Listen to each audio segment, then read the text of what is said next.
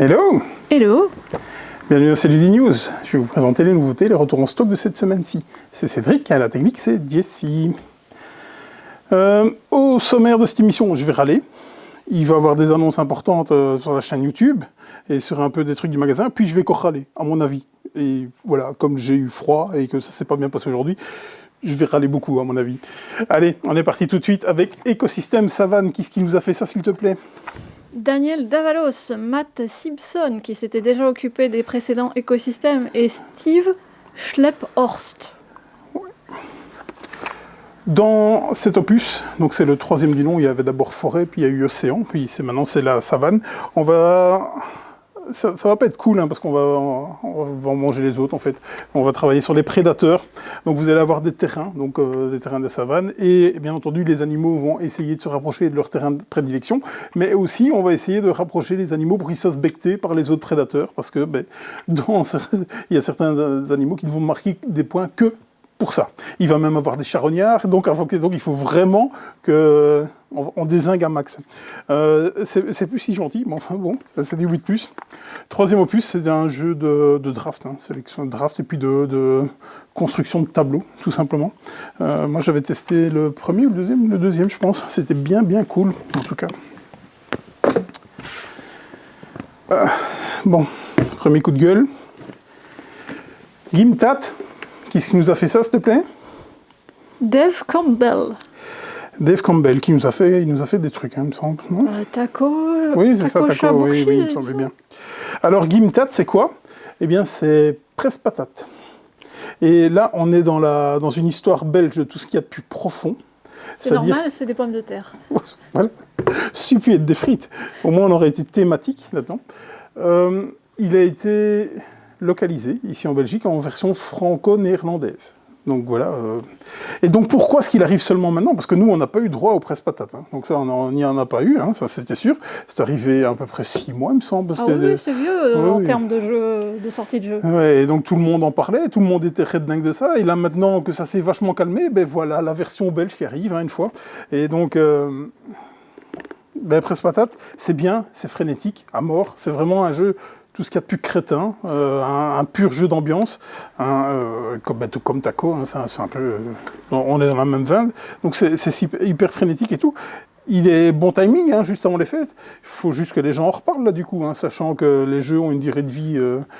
d'une quinzaine de jours. C'est toujours bien de les recevoir 6 mois après. Oui, hein. j'aurais dit 3 jours, mais ouais, t'es plus généreux. Et donc, Presse-Patate est enfin arrivé. Donc, si vous cherchez Presse-Patate, regardez à Gimtat, parce que comme c'est une version franco-néerlandaise, on n'avait pas l'appelé Presse-Patate, évidemment. Et en plus, on nous a changé la couve. Moi, perso, je préférais l'autre, qui était plus, un peu plus allemande, on aurait dû dire, hein, enfin, avec un peu des apats de couleurs et tout, mais personnellement, je préférais l'autre. C'est un avis comme un autre, en tout cas. Bon, on l'a. Ça y est. Donc si la France n'en a plus, on peut en renvoyer. Enfin, voilà. Totem Junior. Donc c'est Totem, la version Junior. Donc qui est-ce qui nous a fait ça, s'il te plaît? Alors ils sont nombreux. Carole Rancourt, Jed Tremblay et Tessa Paradis. Ouais, rien à voir avec Mani Tremblay qui faisait aussi des jeux. Ni Vanessa Paradis.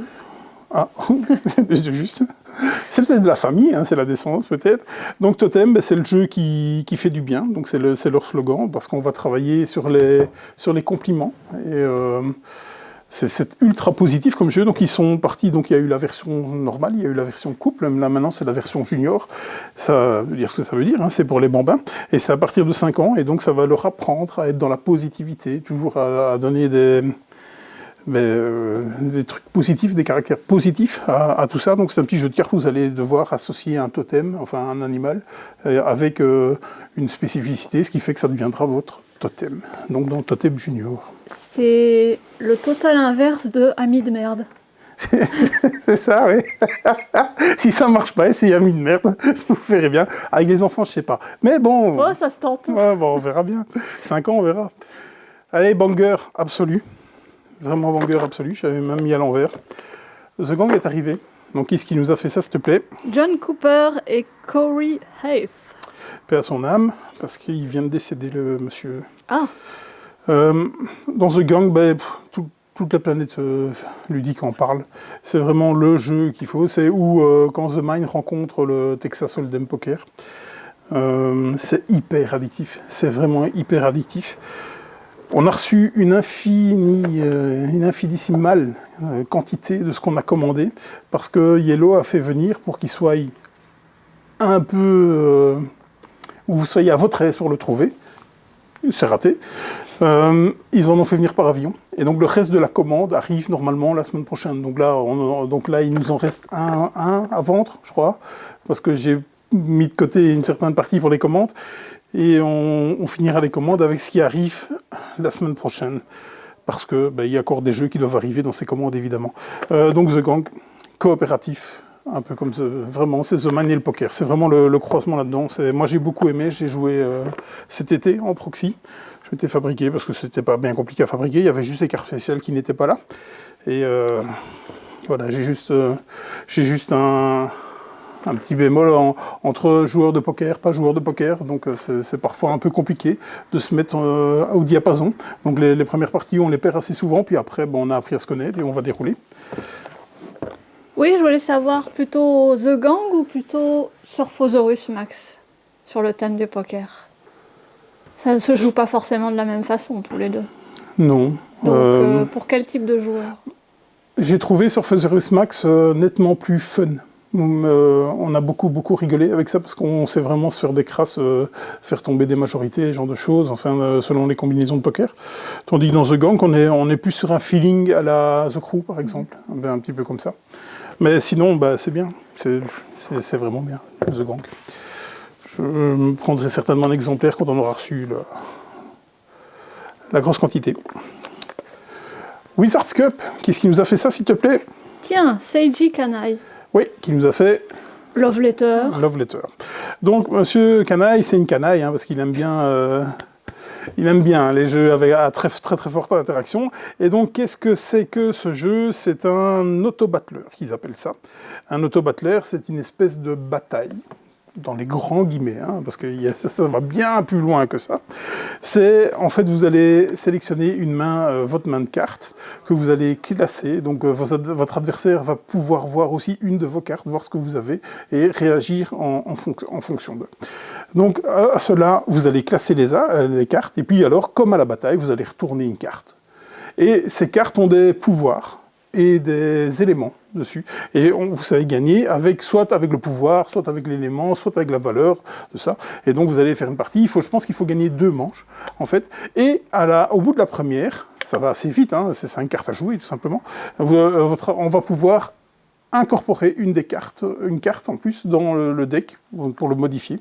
Et donc, on va savoir riposter peut-être un peu plus fort à son adversaire. Donc ça coûte 2 fois rien, un petit format de poche, du jeu à 2 joueurs par contre. Voilà. Ça m'avait fait penser à Braverat du même auteur, mais en plus tactique. Ok, je ne connaissais pas, je n'ai pas joué. Donc, je sais pas. Celui-là, je le laisse pour la fin parce que c'est du pli. Hop, le pli à la fin. Tout ça pour vous dire qu'on a reçu les petites extensions de Arx et donc j'ai pu expédier vos commandes parce que ceux qui avaient pris la grosse boîte, la très grosse boîte et l'extension, ça y est, ça bloquait. Donc j'ai pu expédier vos commandes au niveau de Arx. C'est arrivé. Unconscious Mind, qu'est-ce qui nous a fait ça, s'il te plaît? Alors là aussi, il y a du monde. Antonio Zax, Johnny Pack, qui s'était déjà illustré sur la baie des marchands et pour une poignée de meeple. Laskas, Yoma, et j'en oublie certainement.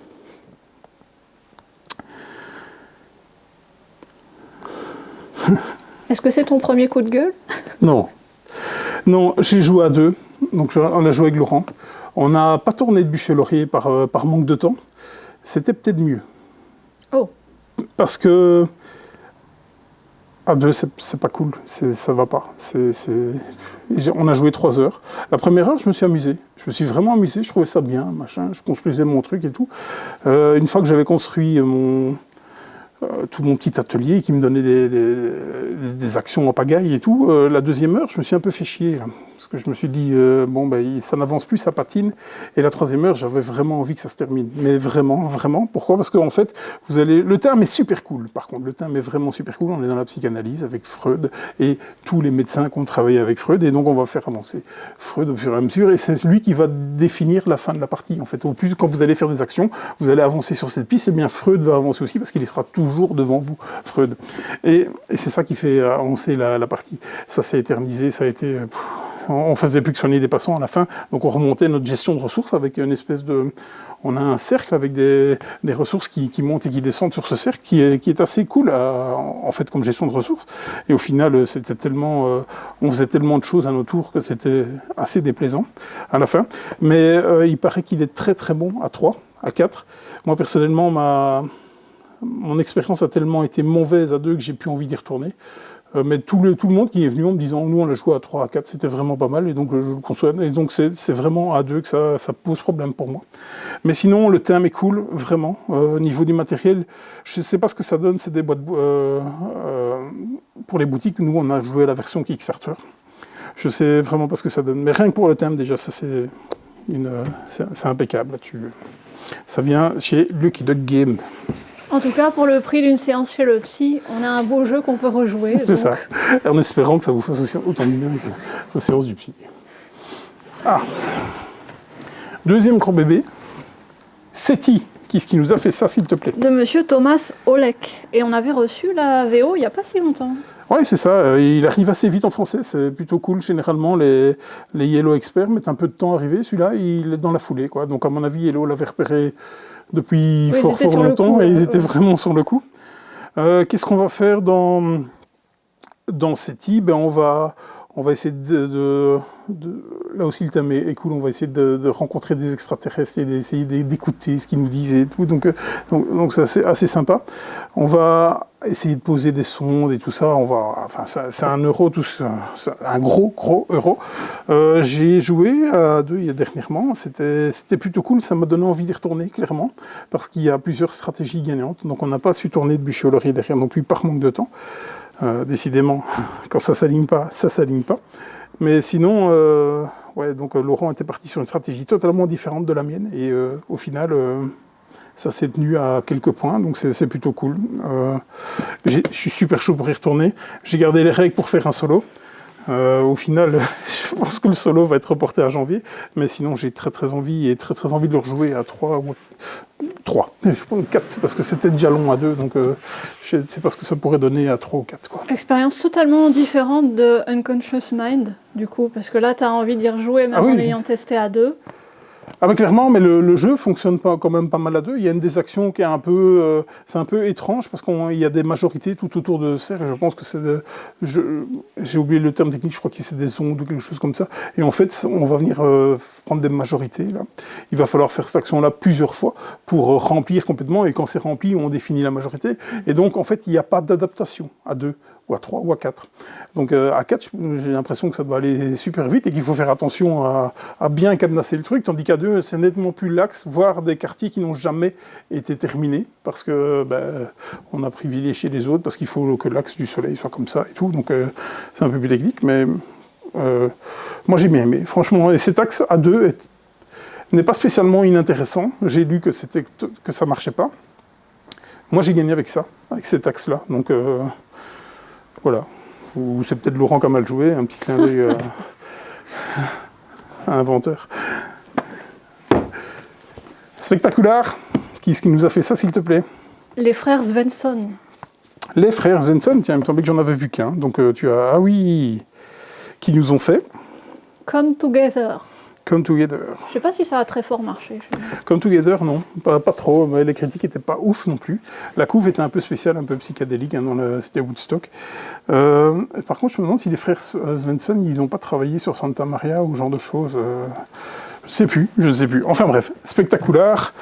Ah, j'ai lu la description tout à l'heure. Je ne me rappelle plus trop bien ce que c'est. Tu as quelque chose là-dedans ou pas du tout? Absolument pas. Je me souviens que c'est une question de placement de tuiles avec des petits animaux comme dans Ark Nova, mais en beaucoup moins compliqué, en beaucoup moins long. Bon, je vais vous lire le teaser. Dans Spectaculaire, chaque joueur crée un parc pour préserver les espèces d'animaux vulnérables et en danger. Votre travail consiste à configurer votre parc pour prendre au mieux soin de ces espèces, accueillir de nouveaux animaux, nourrissez-les correctement, favorisez la reproduction, étendez chaque habitat et construisez des observatoires pour permettre aux visiteurs d'observer la panthère des neiges, le pangolin. Bon. Mauvais souvenir avec le pangolin. Et bien d'autres animaux spectaculaires. C'était très spectaculaire pour le pangolin, en effet. Bon, voilà, j'ai pas vu ce jeu arriver. J'en ai quand même entendu un tout petit peu de bien, mais au final, on en parle très très peu. C'est de la gestion de dés aussi, il me semble. Il n'y a pas que du placement de tuiles. Il y a des dés, effectivement. Ouais. C'est ça que ça me faisait un peu penser à Santa Maria, en fait. Mais certainement complètement à côté. Jean-Michel, à peu près, est parmi nous. Nain, qui est-ce qui nous a fait ça, s'il te plaît? Monsieur Serge Lager, paix à son âme également. Effectivement. Monsieur Serge Lager qui nous a fait l'excellent Nidavellir, mais entre autres, il en a fait tout plein d'autres. Pour moi, c'est Mare Nostrum. C'est Mare Nostrum, et il y en a encore un autre de très très connu. Les Chevaliers de la Table Ronde. Les Chevaliers de la Table Ronde, avec Monsieur Catala, entre autres. Nain, c'est peut-être la version 2.0 de Nidavellir, par exemple. Donc on est quand même fort fort proche au niveau du cœur de jeu, voire quasiment similaire, hein. Avec des comment ils appellent ça, du coin building, du coin crafting, je ne sais plus comment ils appellent. C'est ça, du coin building. C'est ça. Donc en fait, comment ça va se faire? Donc il va y avoir des nains dans 3 tavernes différentes et on va parier. On va parier une certaine valeur. On aura 5 jetons avec des valeurs différentes dans les mains. Et on va en assigner un à chaque taverne. Et puis alors, on va tous se retourner simultanément. Celui qui a la valeur la plus forte va aller se servir dans les nains en premier. Pourquoi? Pour faire de la collection de famille, tout simplement. Parce que chaque nain va scorer totalement différemment en fonction de sa caractéristique et tout. Et donc, dans Nidavellir, c'était ça. Dans Nain, c'est des factions totalement différentes avec des systèmes de scoring totalement différents aussi. Et il y avait un système totalement particulier, c'est que vous avez un jeton de valeur 0, et si vous l'attribuez à une des tavernes, il y avait de grandes chances que vous partiez en dernier dans la taverne, mais vous allez pouvoir upgrader, donc modifier la valeur de vos 2 jetons qui restent. Les 2 derniers, vous allez si vous avez mis un 3 et un 4 en dessous, dans ceux que vous n'avez pas assignés, vous allez défausser le 4 et vous allez prendre le 7, ce qui fait que vous allez revenir plus fort les tours d'après. J'ai un peu lu tout et son contraire sur Nain. C'est un doublon, c'est pas un doublon. Est-ce qu'il fonctionne avec le premier? Visiblement, Games a confirmé que ça fonctionnait. On pouvait à la limite mixer les peuplades. Donc c'est le même jeu. C'est un peu le même jeu. Est-ce que ça fait doublon? J'en sais rien. Moi, je suis super chaud pour le tester parce que j'aime énormément Nidavellir. C'est un énorme coup de cœur pour moi. Donc très très envie de tester pour voir ces nouvelles factions, pour voir comment ça se comporte. Nain, c'est un univers de BD. En fait.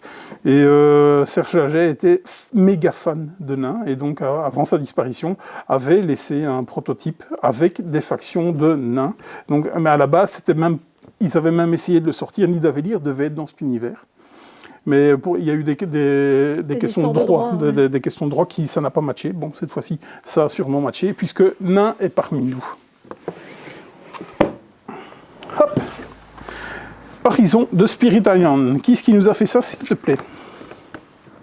Je pense que c'est toujours le même auteur, monsieur Eric Reuss. Oui, c'est ça. Qui nous a fait les Spirit Island. Horizon de Spirit Island, c'est quoi? C'est Spirit Island pour les pauvres. Parce qu'il est à la moitié du prix. Voilà, il est à la moitié du prix. C'est un très bon argument, je trouve. Non, mais les éditeurs commencent à avoir tendance à essayer de tirer les prix vers le bas. C'est cool, c'est super cool vraiment, parce que c'était monté beaucoup trop, de façon trop exagérée. Et donc Spirit Island, c'était 90 €. Donc, mais il y a un matériel de dingue, il y a plein de trucs dedans. Je ne sais pas si ça les vaut. Personnellement, voilà, moi je l'ai joué qu'une fois à Spirit Island, et je dois y retourner en solo, parce qu'il paraît que c'est un excellent jeu solo. Et donc Horizon de Spirit Island, c'est quoi? C'est le même jeu que Spirit Island, plus simple. Donc ils ont gardé les factions, donc les esprits que vous allez combattre et tout ça, les plus simples. Ils ont viré les ressources qui étaient en bois sculpté et tout ça. Et donc là maintenant vous avez du punch, tout simplement. Donc est-ce que ça change au niveau du gameplay? Oui, ce sera un peu plus simple. Ce sera les mêmes sensations, puisque c'est Spirit Island. C'est vraiment une introduction à Spirit Island. Ça reste du gros jeu quand même. Hein. Ah, ben oui, Spirit Island est certainement un des coopératifs les plus compliqués, à l'instar de Robinson Crusoe qu'on a présenté il y a 2-3 semaines. Donc effectivement, ouais, nous on avait gagné, mais c'était pas une partie de plaisir. Hein. À Lille, elle vous veut pas du bien. Hein. Donc l'esprit, il veut vraiment vous foutre un coup de pied au cul. Quoi. Il rentre chez toi. Et donc, Horizon de Spirit Island, oui, bien sûr.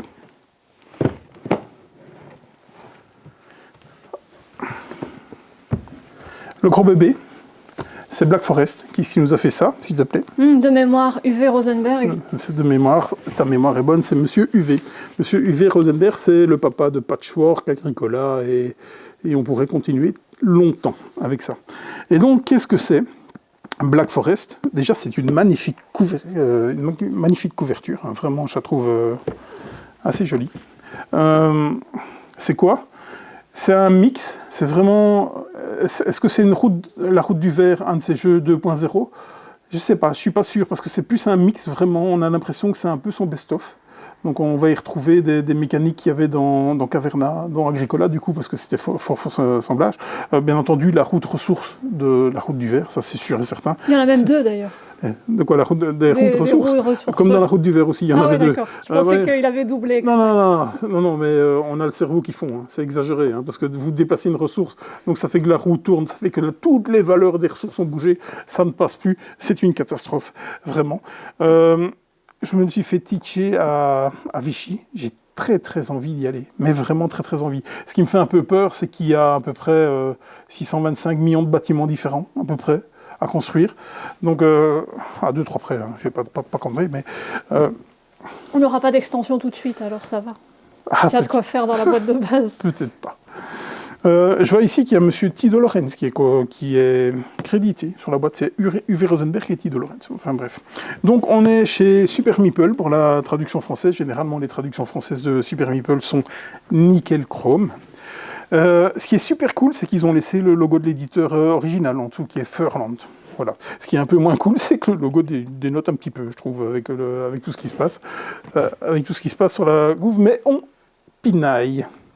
Donc très chaud de tester ça, et je pense que je vais me prendre une boîte à la maison, ne fût-ce que pour tester le bestiau en solo, mais là, rien que... je suis tout excité à voir ces roues, là, vraiment. Pour les joueurs qui sont habitués à Agricola, tu le places comment je ne le place pas parce que je n'y ai pas joué. Mais même dans ce qu'on t'avait déjà pitché c'est le niveau au-dessus. Mais non, justement, c'est ça qui est paradoxal. Je pense qu'il a réussi à faire une couverture de règles une lourdeur de règles plutôt assez basse pour un jeu avec un énorme potentiel, je pense. Maintenant, Agricola n'est pas spécialement complexe dans ses règles non plus, mais là aussi, il y a tellement de cartes différentes, avec des faits différents, que la complexité vient là, et je pense qu'on y est là. Donc, ne l'ayant pas joué, je ne sais pas, et je ne suis pas spécialement team Agricola non plus, je suis team Caverna, mais enfin, ça ne change pas grand-chose, parce que c'est pratiquement... enfin, voilà. C'est un Caverna et son Agricola fini, on va dire. Je dirais ça quand j'aurai joué, j'ai très envie, donc je ne sais pas où le placer. Dites-le nous en commentaire si vous savez où l'estimer. Donc par exemple un Nico qui est très grand fan, un ami à moi qui est très grand fan d'Agricola, où tu le mets si tu as joué Black Forest. Dis-le moi. Horror Arkham, la conspiration d'Innsmouth. On vous en avait déjà parlé il y a 3 semaines, je pense, avec les investigateurs qu'on avait reçus. C'est la campagne. Donc, qui est-ce qui nous a fait ça? Tu l'as? C'est Nate French qui a fait Marvel Champion, entre autres. Oui, enfin, il fait pratiquement tout ce qui se fait chez FFG en jeu de cartes évolutif. Je pense que ça clôt un chapitre, en fait. Donc, comment ça se passait avant dans Horror Arkham? Vous avez une grande extension, une petite boîte carrée comme ça, avec 6 petits satellites, vous avez 6 blisters qui arrivaient derrière. Donc, ils ont arrêté ce format-là. Ils sont passés à une boîte de campagne et une boîte d'investigateurs. Et ils ont refait toutes les extensions qui étaient déjà faites. Et donc la conspiration d'Innsmouth était la 6e en date. Et donc là maintenant, ils viennent de refaire la 6e. Donc bien entendu, je doute très fort que ça s'arrête là, vu le succès du jeu. Franchement, j'en serais le premier surpris. Et donc là maintenant, ils vont partir de l'avant et ils ne vont pas revenir sur ce qu'ils ont déjà fait. Peut-être des micro-campagnes un peu solo, ça peut-être. Mais en tout cas, au niveau des grandes boîtes, je suppose que... Il n'y aura que de la nouveauté à partir de maintenant. Ouais, c'est ça. Et pour ceux qui ne connaissent pas le système, c'est pas obligé d'acheter la campagne et les investigateurs. Non. On peut déjà jouer avec la campagne avec la boîte de base. Oui, c'est ça. Et Même avec si les investigateurs sont faits généralement pour se faire du mal dans la campagne. Ouais, ça c'est ton chouchou, il me semble. Rare. Ça se pourrait. Oui, ça se pourrait. Je vais voir en magasin, elle a fait un présentoir avec les coups de cœur de Noël. Ça c'est du retour, on le dit vite. Allez, Barrage est revenu en stock. Qui est-ce qui nous a fait ça? Tu l'as, Thomas? Non, je ne l'ai pas. Simone Luciani et Battista. Pourquoi Barrage, je pense que vous le connaissez parce qu'il a gagné déjà plein de prix. Mais pourquoi c'est un événement? Parce qu'il est tombé en rupture au mois de novembre 2023. Et donc c'est toujours le cas avec les jeux d'intrafin. Ça met toujours perpète de temps à revenir. Donc c'est pour ça qu'on les prend généralement en stock massif pour essayer de tenir le plus longtemps possible, voire cartographeur sous. Je prends énormément, parce qu'on sait qu'à un moment donné, ça va s'arrêter et que ça revient 15 mois plus tard. Donc Barrage est à nouveau là. Si vous aimez les jeux ultra violents, la bise Other Game, c'est Barrage. Ça, Laurent m'a dit, tu prends, c'est bien. J'ai pris, c'est bien, il paraît. Bataillon, War of the Ancient. Qui est-ce qui nous a fait ça, s'il te plaît? Francesco Sirocchi et Paolo Mori. Paolo Mori, donc grand fan de Paolo Mori qui est Laurent. En plus, chez Osprey, moi, les jeux Osprey, généralement, j'aime bien. Donc, qu'est-ce qu'on va faire avec ça? On est à la limite de l'affrontement, il me semble. Donc, on va avoir des civilisations, des barbares, enfin, vous allez prendre la tête des armées et donc... Oui, fight. on construit ces armées. Là, il y en a 4 dans la boîte de base, parce que c'est appelé à avoir des extensions. Hein. À mon avis. Hein. La dynastie des Han, les Grecs, les Romains, les Carthaginois. Il y a déjà 6 scénarios préfaits dans la boîte, mais il y a de quoi générer ses propres scénarios soi-même. Pour ceux qui ont connu Pocket Battles du même auteur, c'est la même chose, mais plus poussée. Ok. On se bagarre sur 3 colonnes. Et on doit gérer ces ordres pour activer ces unités. Mais les ordres servent également à créer de la déroute. Ils sont recto-verso. Donc quand tes unités sont en déroute, tu perds des pions ordres. Donc tu perds la capacité d'activer d'autres unités. Voilà, micro-gestion de ressources. Et puis évidemment, les combats se règlent avec des G2D, des D8 et non pas des D6. C'est de la VO, hein, donc c'est chez Osprey. Je pense que la config, c'est 2 ou 4 joueurs. C'est parce que je pense qu'à 4 joueurs, on joue en équipe, il me semble, non? Non, j'extrapole. On peut jouer chacun une armée. Chacun pour soi? Ouais. Ouf, ça doit sonner sévère. Hein. Ouh là là. Bon, 2 ou 4 joueurs. Je vais essayer de ne pas me faire mal au dos, parce qu'il y a du poids dans cette boîte. Le gros bébé, c'est Unsettled. Qu'est-ce qui nous a fait ça, s'il te plaît? Alors, Mark Nedlinger et Tom Matson. Coopératif? Narratif, je pense. On va devoir explorer une planète et donc on va parmi ces actions, on va essayer d'avancer, mais la planète ne nous vaut pas que du bien, un peu comme Room 25. Donc parfois il y a des trucs pas cool qui se retrouvent sur les tuiles parce qu'on va retourner les tuiles au fur et à mesure. Et donc pour ça, on a même une sonde, je pense qu'on va pouvoir envoyer là-dedans. Ça se joue aussi avec des dés, qu'on va pouvoir faire certaines actions, mais quand on va les passer chez soi, ils vont baisser de valeur, donc il va falloir faire un petit peu ça. On a reçu toutes les extensions avec aussi, on les a pas mis sur la table, il y en avait 4 avec. Si vous voulez aller voir sur la chaîne des gens en cravate, Alex en a fait une vidéo, il était dithyrambique. Il dit je veux plus de planètes. Et bien Tischkus, on a reçu les planètes, hein, si jamais tu en veux plus. Donc il était sur Kickstarter, sur financement participatif. Donc ça c'est la version boutique. Est-ce qu'il y a une différence? Je n'en ai aucune idée, mais vraiment aucune idée. Et donc juste pour compléter le propos que j'avais dit sur Black Forest, vous avez le logo de Lucky Duck qui est là, mais ils l'ont mis plus ou moins dans les tons comme ça on ne le voit pas spécialement fort. Donc hop, cette lettre est arrivée. Qu'est-ce qu'on a encore de tout par ici? On a encore tout plein de choses. Hop, ça change, hein, parce que ça, j'aurais jamais dû le faire avec papa. Hein. Ça, c'est Gloomhaven, Buttons and Bugs. Enfin, on a réussi à en avoir, parce qu'à chaque fois qu'on en a commandé, on nous a dit, mais non, on n'en aura pas. Ok. Et donc, si vous vous rappelez de la boîte de base, elle prend le comptoir, en fait. Le père, dans la boîte de base, non, parce que c'est pas une extension. C'est un jeu solo, en fait. Donc, dans l'univers de Gloomhaven, donc qu'est-ce qui nous a fait ça, s'il te plaît? Joe Klipfel et Nikki Valens. Ouais, c'est ça. Klipfel, je pense, qui nous avait fait le père, je pense. Oui, et qui ont travaillé aussi sur les contrées de l'horreur, les demeures de l'épouvante, enfin que des choses que tu aimes bien. Oui, c'est ma cam. Donc qu'est-ce que c'est? C'est ultra narratif, hein, encore ce truc, donc Conquête, je pense, si je me rappelle bien, non? Moi, je te dirais que c'est vraiment du jeu d'escarmouche. Hein. C'est du combat, du combat, du combat. Scénario, beaucoup, je pense, il y en a... Il y a des scénarios avec des petits textes d'ambiance, mais je dirais pas narratif. Ah, mais c'est ça, oui, effectivement, dans Gloomhaven, ce qui marquait justement, Alex et Jean Cravatte qui disaient justement la narration... Voilà. Donc, c'est là, c'est la petite boîte de Gloomhaven. Donc, je tiens un Gloomhaven dans la paume de ma main. C'est incroyable. Voilà. On va passer du côté des jeux de pli. Parce qu'on a encore des colis qui doivent arriver demain, par exemple. Mais du côté des jeux de pli. En retour, Hotpocolic. Ça, c'était parti. Hotpocolic, il n'y a pas de S. Hotpocolic, c'était parti, il y a une de ses vitesses. Moi, personnellement, j'avais trouvé les graphismes super bien. Donc, allez voir, on a fait un Prenez le Pli avec Romain pour Hotpocolic. C'est de retour. On a fait rentrer des trick and tweet, des coups, en même temps. Et on a fait rentrer ça aussi. Et ça, je ne sais absolument pas ce que c'est. Fine Master.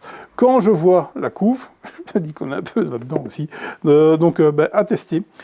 C'est au niveau des imports. Mais par contre, gros tour de force, on a réussi à choper des Stella Quest. Et ça, on avait été à SN pour en avoir, ça ne s'était pas bien passé.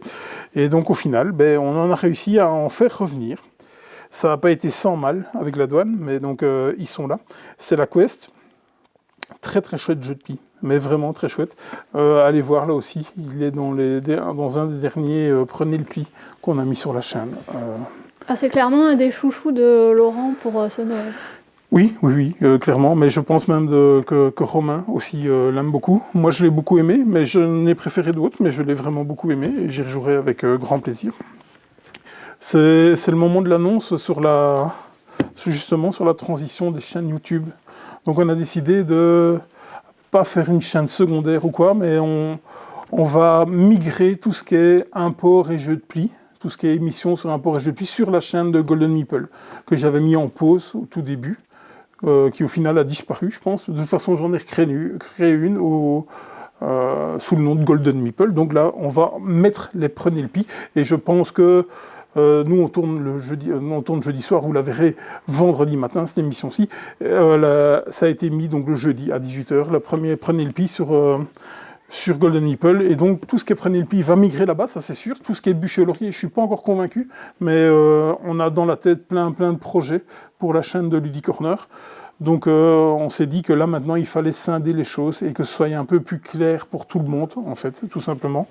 Donc import, hop, par là. Donc de toute façon, on continuera à communiquer sur le Discord, quoi qu'il arrive. Vous ne serez pas perdu avec ça. Mais donc la chaîne de Golden Meeple, qui a juste 0 abonnés, a mis les premiers Prenez le Pli.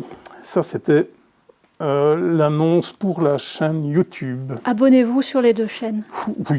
Oui, même si c'est pas ça qui fait l'algorithme, mais oui, abonnez-vous. Non, mais ça fait plaisir. Ça fait plaisir. Les commentaires bienveillants font plaisir. Bienveillant, j'ai dit Alex, bienveillant, parce que il n'a pas bien compris, lui, enfoiré qu'il est. Vraiment. Au niveau des magasins, une petite annonce. Là aussi, le magasin progresse, continue de progresser, ce qui fait qu'on est de plus en plus nombreux, mais avoir de moins en moins de temps. Donc à un moment donné, il faut faire des choix, et on a pris la décision d'arrêter le système de location.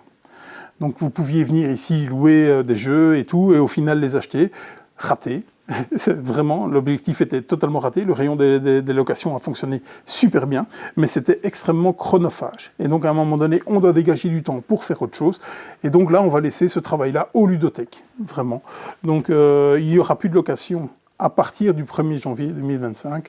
Donc, pour que je vous rende votre caution de la location, il faut m'envoyer un mail avec votre IBAN et le nom qu'il y a sur le contrat de location pour que je fasse ça. Je ne vous le fais pas tout de suite, je ferai en janvier les remboursements des locations, mais de vos cautions, par contre. Mais donc voilà, ça va s'arrêter, les locations s'arrêtent. Et donc, c'est même toi qui as eu l'idée de qu'est-ce qu'on va faire avec ce rayon des locations qui va devenir vide. Du coup, venez au magasin, vous verrez ce qu'on va en faire. Mais venez aussi en magasin pour notre mur des occasions, parce qu'on a une myriade de jeux d'occasion et ça tourne beaucoup. Ah oui, les occasions, oui, on en a énormément. Ça aussi, ça prend énormément de temps. Donc je suis un peu content que ça s'est un peu calmé, parce que là, ça montait jusqu'au plafond. On n'en pouvait plus, mais donc tout est en rayon justement pour les fêtes. Un petit mot peut-être sur Daybreak. Ah, tu voulais que je m'énerve. Hein. Oui. Bon, comment dire? Attends, j'attrape les pop-corn. Daybreak. J'en ai vu, je voyais la date beaucoup bouger sur le site de mon fournisseur. Jusqu'au jour où je me suis dit, je vais quand même téléphoner parce que ça me semble tellement bizarre. Donc tout le monde commence à l'annoncer en France, partout. Les boutiques commencent à le recevoir et tout. Donc je téléphonais chez mon fournisseur qui m'a dit, eh bien on n'en a pas eu. La France ne nous a pas livré. Donc Daybreak n'arrivera pas en Belgique. Pas avant au moins février. On remercie chaleureusement la France. Ça, c'est bien entendu un seul son de cloche que j'ai. J'ai le son de cloche de la Belgique et pas de la France, évidemment. Je sais pas quoi dire. Je sais vraiment pas quoi dire pour rester calme parce que c'est un amateurisme à toute épreuve, quoi. Là, vraiment, je comprends pas. Je ne comprends pas. Enfin bref, donc tous ceux qui nous ont commandé des Daybreak, on les a contactés. Donc j'ai été beaucoup plus transparent dans le mail que je ne vais l'être en vidéo, parce que ce fournisseur belge reste très fiable, vraiment très fiable. Je ne dis pas que c'est la première fois que ça leur arrive, je ne dis pas ça. Ça reste un fournisseur très très correct et très fiable. Mais pour Daybreak, c'est pas cool. C'est franchement pas cool. Que ce soit d'un côté ou de l'autre. Je ne sais pas si c'est la Belgique ou la France qui a en tort. Personnellement, je n'ai pas cette info. À la limite, je m'en fous, en fait. Je m'en fous de cette info-là. Je dis que si jamais le son de cloche fait que c'est vrai que la France n'a pas fourni la Belgique pour fournir les magasins français, ça, c'est purement dégueulasse et crapuleux. Et voilà, je vais arrêter parce que je vais vraiment monter dans les tours et ça me fait vraiment chier. Donc, je suis vraiment désolé pour les clients qui avaient commandé des breaks. Je leur ai expliqué, vous m'êtes revenu par mail, il y en a encore 2 ou 3 qui ne sont pas encore revenus par mail, le temps de traiter ça.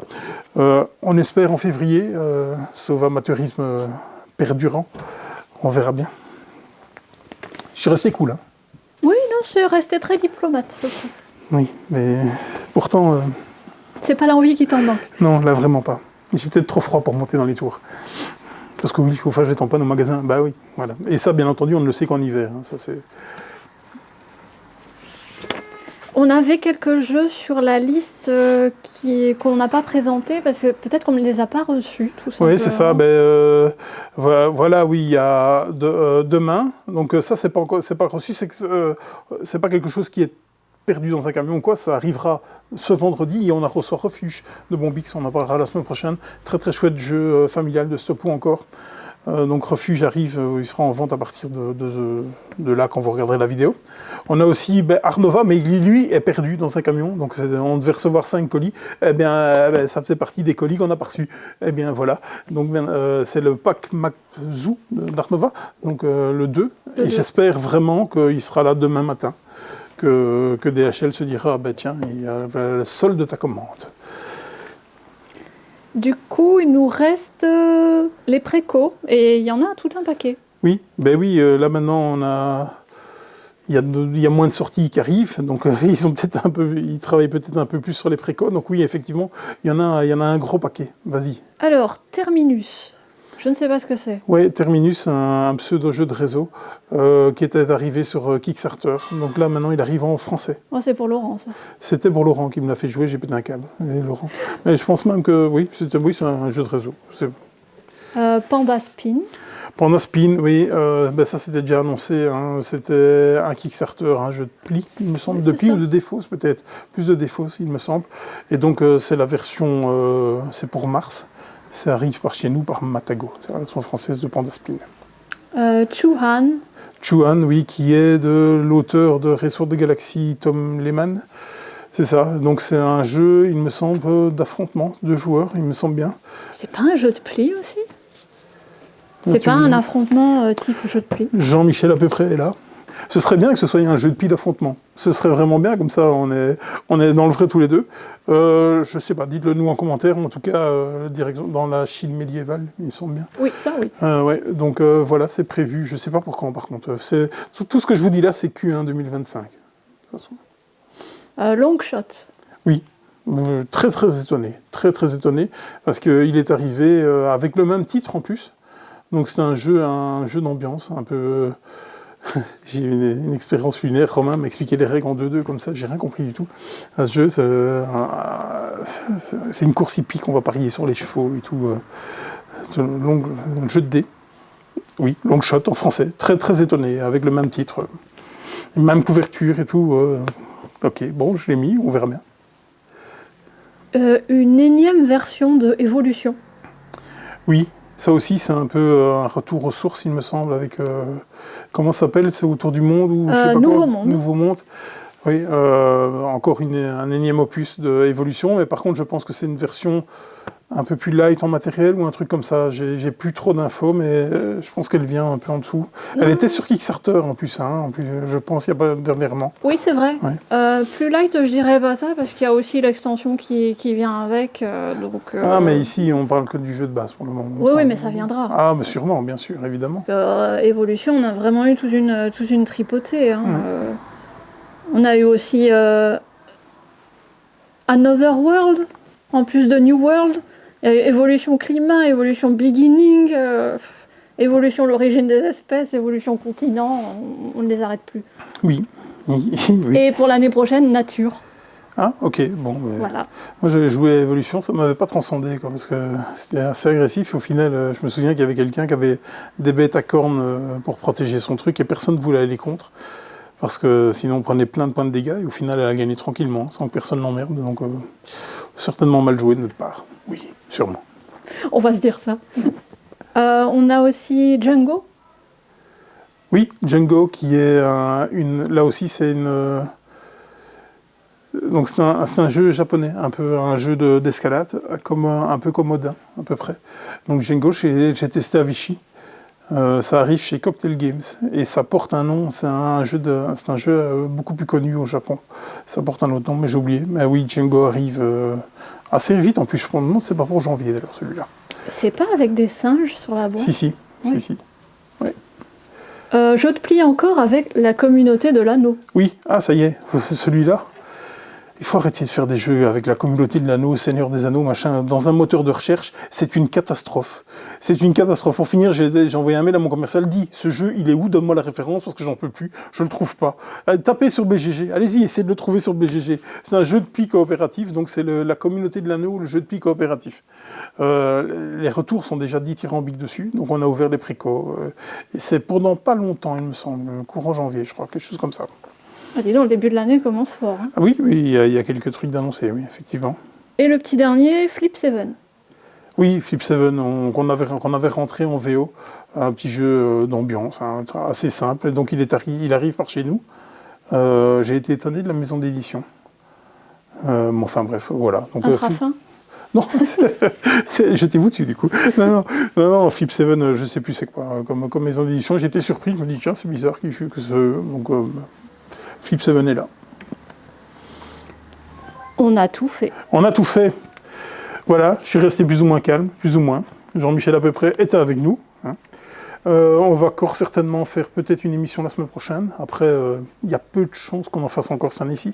À passer le 20 décembre, comme on ne recevra plus rien, ça va être compliqué. On va travailler bien entendu sur d'autres formats. On a quelques formats déjà de prévus. Tu as plein d'idées dans ta tête que tu vas mettre aussi en œuvre. Moi, j'ai trop de choses dans ma tête. Ouais. Et voilà, donc on se voit encore la semaine prochaine, je pense. Il y a des chances. Oui, il y a des chances. Une forte chance. Déjà, rien pour vous souhaiter de bonnes fêtes. Le mot de la fin? Patate. Ah, ouais, c'est le cas de le dire.